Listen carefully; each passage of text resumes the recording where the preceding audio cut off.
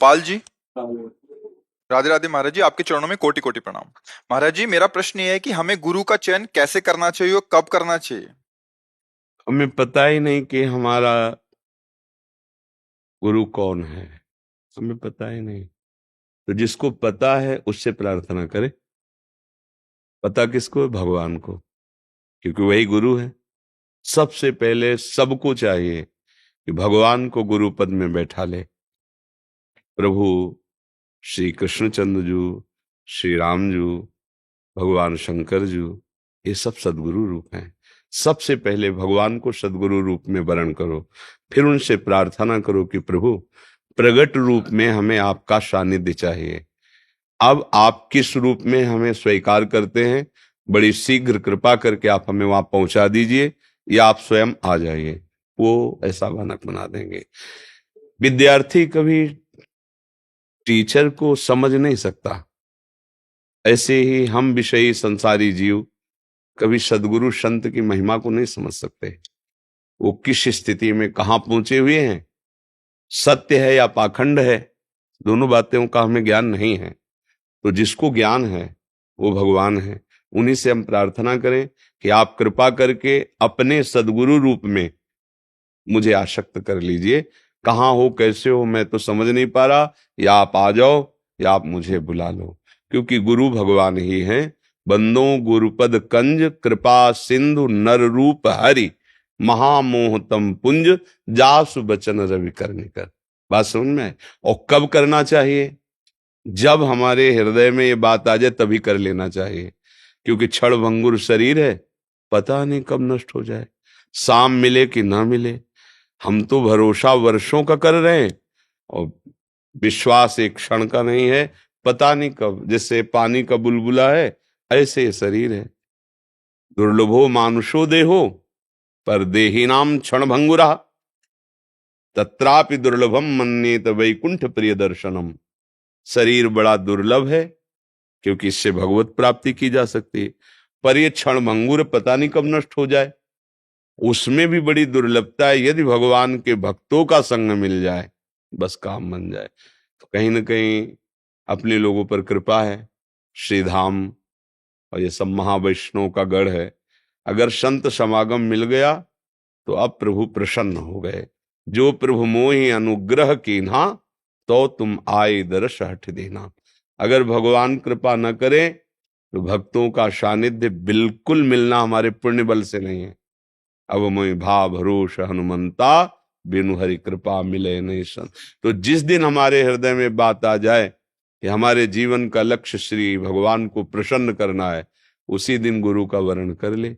भगवान जब चाहे तब मिलावे, पर भगवान को गुरु रूप से वरण करे। गुरु को भगवान, भगवान को गुरु, गुरु गोविंद न भेद कराए। जो गुरु को मनुष्य देखता है, भगवत प्रसाद में अन्न बुद्धि रखता है, चरणामृत में जल बुद्धि रखता है, मंत्र नाम में शब्द बुद्धि रखता है, श्री विग्रह में धातु बुद्धि पाषाण आदि की भावना करता है, संतों में जाति आदि की भावना करता है, वो कभी अध्यात्म मार्ग का पथिक नहीं हो सकता है। वो परमार्थ में भगवत भाव में नहीं चल सकता है। गुरु साक्षात परब्रह्म, तस्मै श्री गुरुवे नमः। हमारे परब्रह्म परमात्मा ही गुरु रूप से आकर मुझ जीव को अज्ञान रूपी दलदल से हटाकर शुद्ध ज्ञान, शुद्ध प्रेम प्रदान करते हैं। हरीश जी। राधे राधे। राधे राधे महाराज श्री। महाराज जी, हमारा जन्म ब्रज में हुआ है और हम ब्रजवासी होकर भी भक्ति करने की कोशिश करते हैं, लेकिन हमारा मन भक्ति में नहीं लग पाता। महाराज जी, हम कैसे। इतनी बात अगर तुम्हारे हृदय में बैठी कि मैं ब्रजवासी हूं, ब्रजेंद्र नंदन के घर का हूं, मूल बात है तुम्हारे अंदर कि नहीं है? ये बात तुम देखो, इसमें बनावटीपन नहीं होता। ब्रजवासियों में बनावटी नहीं होता, उनको ठसक होती, ठाकुर हमारे घर का है, हमारे गांव का है ये बात कि नहीं है?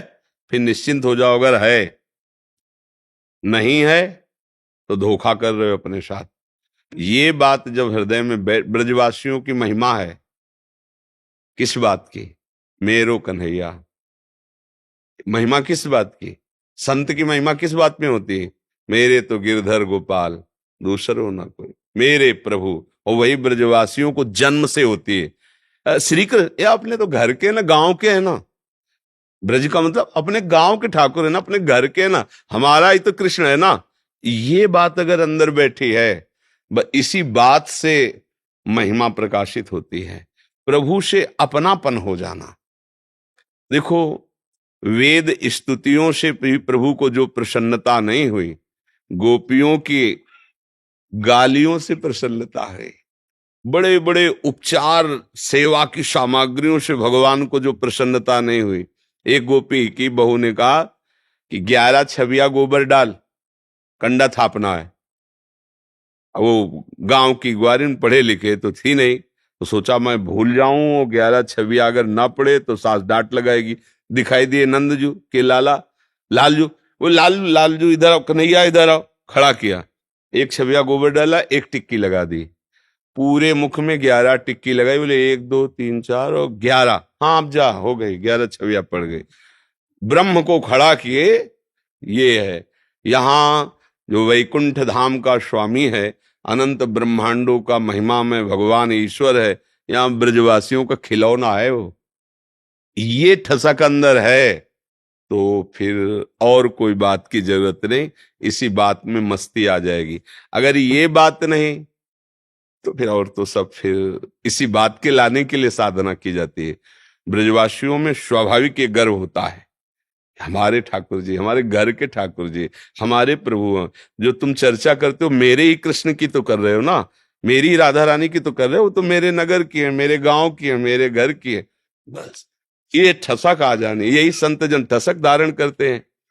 गोस्वामी जी कह रहे हैं कि ऐसा अभिमान कभी भूल करके ना जाए, ये सदैव ठसाठस भरा रहे। अस अभिमान जाय जनि भोरे, मैं सेवक रघुपति पति मोरे।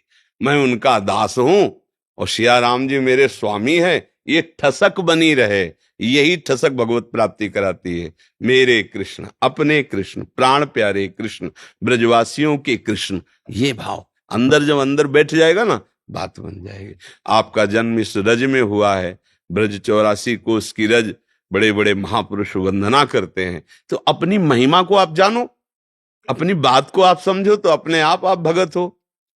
अगर अपनी बात को ना समझो और भूल करके बहिर संसार में भटको, तो फिर गलती तो यही हमसे हो गई कि भगवान के अंश होकर अपने स्वरूप को ना जान करके माया में भटक रहे, इसलिए दुर्गति हो रही। समझ रहे ना जी। ज्योति जी वाराणसी से। हरिवंश सत्यदेव। हाँ जी, आपके चरणों में कोटि कोटि प्रणाम। महाराज जी, कई बार मैंने सत्संग में आपके श्रीमुख से सुना है कि व्यक्ति के भीतर बड़े से बड़े विकार को जब सदगुरुदेव के समक्ष सभा में कह दिया जाता है तो वो विकार समूल नष्ट हो जाता है। मैं उसका भाव ये नहीं है, बात समझिए कि आपने पापाचरण किया, कह दिया, फिर पापाचरण किया, फिर कह दिया पापा, ऐसा नहीं। बात ये है कि हम में जो गलती है, हमें वाणी से बोले या ना बोले, गुरु को साक्षी करके स्वीकार किया कि हमसे गलती हुई है, और हम आपके दिए हुए नाम मंत्र बल से ऐसा प्रयास करेंगे कि आगे गलती ना हो। हे गुरुदेव, ये बात आंतरिक है। जब गुरुदेव पूछे,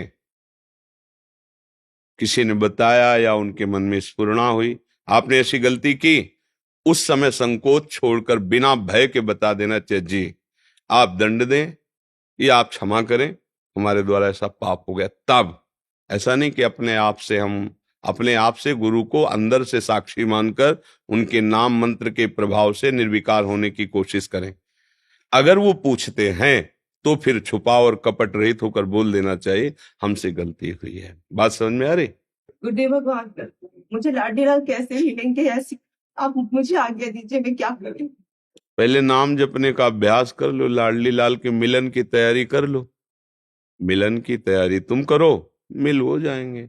मिलन की तैयारी नहीं है तो फिर केवल बातें ही बातें हैं, बातों से प्रीति तो होती नहीं है। वो बहुत पहले एक गाना सुना था, ऊंची ऊंची बातों से किसी का पेट भरता नहीं, राम का भरोसा कभी भूखा मरता नहीं। अगर बहुत ऊंची ऊंची बातें करें तो उससे अध्यात्म का प्रकाश थोड़ी हो जाएगा। भगवान का भजन करें तो मिलन की चाह पैदा होती है। मिलन की चाह हुई तो जहां चाह पैदा हुई वहीं वो बैठे थे। वहीं मिल गए। भगवान कहीं दूर थोड़ी है, ये हृदय देश में बैठे हैं। और वो देख रहे हैं कि बड़ा, अभी तो इसने कितने प्रियतम मान रखे हैं, किसी विषय को, किसी पदार्थ को, किसी व्यक्ति को। भगवान उसको मिलते हैं जो अनन्य भाव से भगवान का भजन करता है। अनन्य चेता सततम यो माम विस्मृति नित्यशः तस्याहम सुलभा पार्थ नित्य युक्त योगिना। भगवान कह रहे मेरे सिवा तुम्हें अन्य कहीं कुछ चाह ना रह जाए, अभी मिल जाओगे, अभी मिल जाओगे प्रभु से, अभी।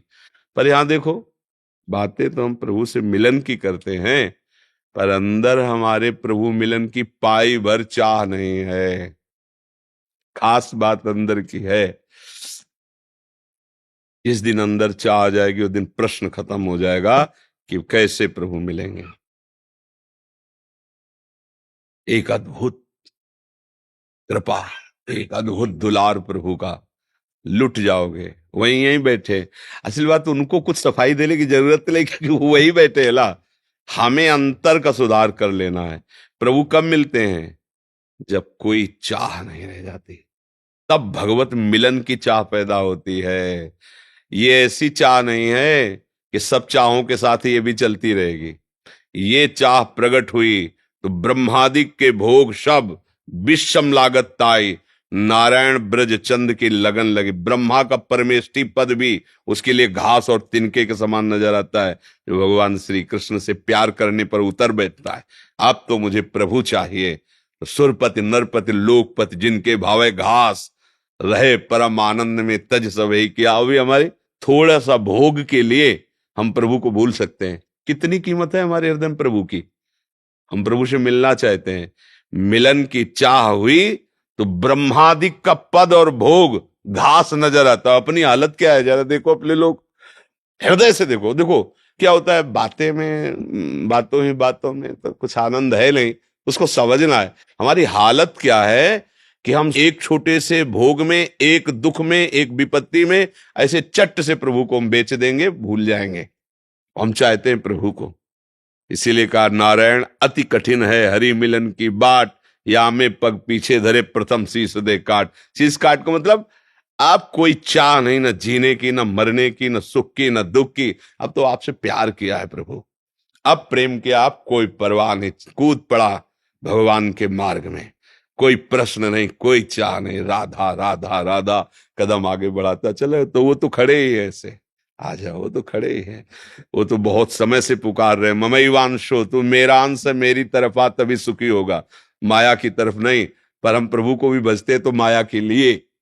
देख लो, प्रभु को भी भजते तो माया के लिए। प्रभु का होके प्रभु का भजन प्रभु के लिए कोई बिरला करता है। संसार का होके संसार के भोगों के लिए प्रभु का भजन लगभग लगभग सब करने की चेष्टा करते हैं। इसीलिए बात बनती नहीं। प्रभु के मिलन की चाह पैदा करना है तो अन्य चाहों को मिटाना होगा। और जब प्रभु की चाह प्रकट हो गई तो प्रभु दूर नहीं है, उसी समय अनुभव हो जाएंगे जिस दिन प्रभु के लिए तुम्हारा हृदय व्याकुल हो जाएगा। पर इसके लिए फिर भजन चाहिए ना। खूब भजन करो, गंदे आचरणों से बचो, गंदे भोजन से बचो, गंदे विचारों से बचो, गंदे व्यक्तियों से बचो। तब जाके एक पवित्र भाव बनता है कि हमारे जीवन का लक्ष्य भगवान की प्राप्ति। भजन कोई ऐसे ही साधारण चीज थोड़ी है कि भजन ऐसे पापवंत कर सहज स्वभाव, भजन मूर्ति भाव न काओ। फिर भजन नहीं बनता जब पापाचरण होने लगते हैं। ये सब बातें बातें रह जाती है। तो बड़े भाग्य हैं अगर भगवान के मिलन की बात आवे, पर उसको सही ढंग से हम बैठा लें बात को, कि उस बात के आगे सब बात फीकी लगे। जहर पिलाया जा रहा है, आग में जलाया जा रहा है, कितने कितने कष्ट दिए जा रहे हैं, लेकिन अपनी बात से हटे नहीं। तो उनकी बात हम गाते हैं नहीं, उनका चरित्र गाते हैं। अगर हमारे पास तो जरा सा भय आ जाए, जरा सा दुख आ जाए, तो भगवान को गाली देने लगे कि 4 महीने से तुम्हारी पूजा कर रहे, भजन कर रहे, ये कैसे हो गया। तो हम लोगों का भजन क्या है मतलब। दीप्ति जी दिल्ली से। राधा राधा श्री हरि। गुरु मिलने में 7 साल लग गए मुझे आप तक पहुंचने में, दर्शन करने अरे में। 7 जन्म में गुरु मिल जाए तो 7 सेकंड में बात संभाल दे। हमारी केवल श्रद्धा समर्पित हो जाए, उनकी हम बात मान ले। पर्दा हटने में कितनी देर लगती है, ऐसे किया और युगल साक्षात्कार हुआ। पर वो पर्दा हम हटवाना चाहें तब ना। पर्दा क्या है? देहाभिमान, संसार का राग, शरीर संबंधियों की प्रियता, भोगों में सुख बुद्धि, यही पर्दा है। ये हट जाए तो भगवान तो कण कण में ऐसे मुस्कुराते हुए खड़े हैं, कण कण में खड़े हैं। पर हमारी आंख में अभी नानात्व का पर्दा लगा है, तो हमें नानात्व दिखाई देता है, स्त्री पुरुष, दुष्ट महात्मा, अच्छा बुरा। लेकिन वो स्वयं कह रहे हैं गीता जी, मत्तः परतरम नान्यत किंचिद अस्ति धनंजय, मेरे सिवा किंचन मात्र कुछ नहीं। तो ये पर्दा हटवाना होता है गुरुजनों से।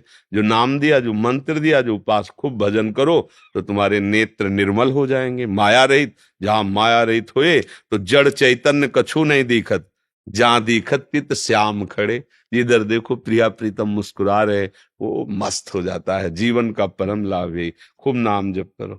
कुछ भक्तों ने आपके श्रीमुख से नाम चाहा महर्षि। हम तो राधा वल्लभ श्री हरिवंश राधा राधा जपते हैं। आपको जो गुरु जी ने दिया वो जपो, जो प्रिय लगे वो जपो, इसी से परम मंगल। भगवान के सब नाम महामहिमा में है। हाँ, खूब जिसमें रुचि हो खूब प्यार से नाम जप करो, अच्छे आचरण करो, गंदे आचरणों से बचो, तो मनुष्य जन्म का जो लाभ है वो मिल जाएगा, वो मिल जाएगा।